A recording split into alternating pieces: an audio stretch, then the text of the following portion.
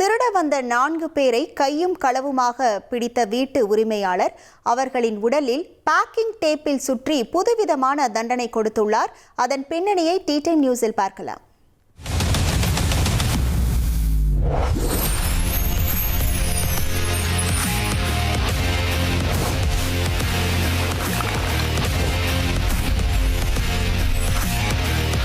நம்ம ஊர்ல திருட வந்த திருடனை சிக்கிட்டான் அப்படின்னா அவனை என்ன பண்ணுவாங்க?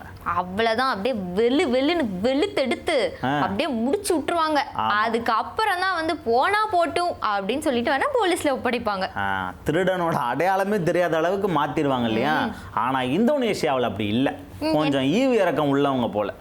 ஓகேவா? திருட வந்தவங்கள கொஞ்சம் வித்தியாசமான முறையில அணுகி இருக்காங்க. என்ன ரூல்ஸ்? பேக்கிங் டேப் எல்லாம் போட்டு ஒட்டி 4 பேர் அப்படி சோஃபால உட்கார வச்சிருக்காங்க. வித்தியாசமா உட்கார்ந்துருக்காங்க இல்லையா? 4 கணவான்கள். இவங்க தான் அந்த திருடர்கள். ஓ, திருடர்களா இவங்க? ஆமா, இந்தோனேஷியாவில் இருக்கக்கூடிய ஒரு வீட்டுக்கு திருட போயிருக்காங்க.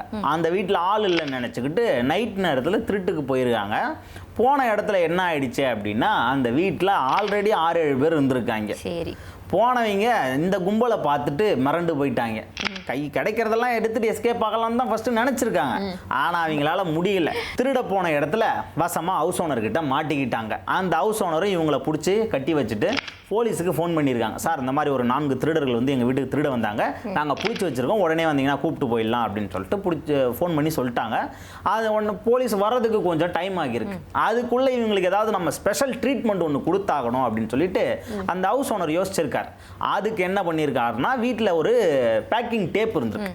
அந்த பேக்கிங் டேப் எடுத்து ஒவ்வொரு திருடனைக்கும் உடம்பு ஃபுல்லாக சுற்றி இருக்காரு. ஒரு இடம் விடாமல் உச்சந்தலையிலிருந்து உள்ளங்கால் வரைக்கும் சுற்றி இருக்காரு.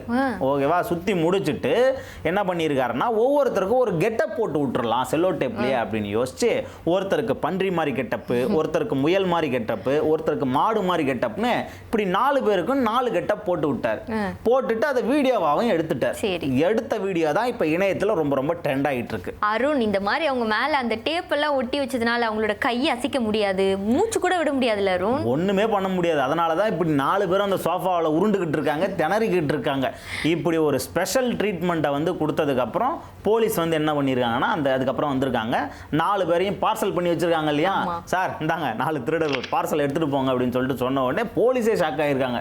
என்னப்பா நீங்க எங்களை விட பயங்கரமான தண்டனைலாம் கொடுக்குறீங்க அப்படின்னு சொல்லிட்டு அந்த 4 திருடர்களோட பார்சலையும் பார்சலான 4 திருடர்களையும் போலீஸ் ஸ்டேஷனுக்கு கூட்டு போய் அரெஸ்ட் பண்ணி சிறையில் அடைச்சிருக்காங்க. அப்போ அவங்களால இனிமேல் கனவுல கூட நினைச்சு பார்க்க மாட்டாங்கல்ல திருடணும்னு. அவங்களுக்கு திருடணும்ன்ற அந்த திருட்டுன்ற வார்த்தையை காட்டாலே அந்த பேக்கிங் டேப்பு தான் கண்ணு முன்னாடி வந்துட்டு போகும்.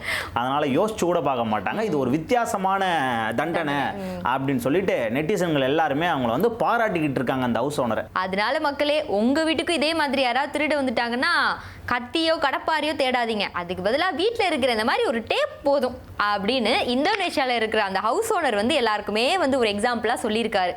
ஓகே மக்களே, மீண்டும் அடுத்த கண்டென்ட்டோட சந்திக்கலாம். அது வரைக்கும் டாடா பை சொல்லிக்கிறது நான் வித்யாகுமார். நான் உங்கள் அருண் பாண்டியன்.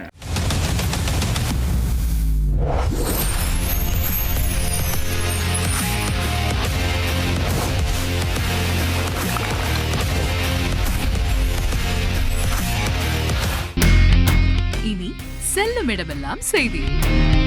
தந்தி டிவியின் வாட்ஸ்அப் சேனலை ஃபாலோ பண்ணினா செல்லருக்கும் இடமெல்லாம் செய்தி.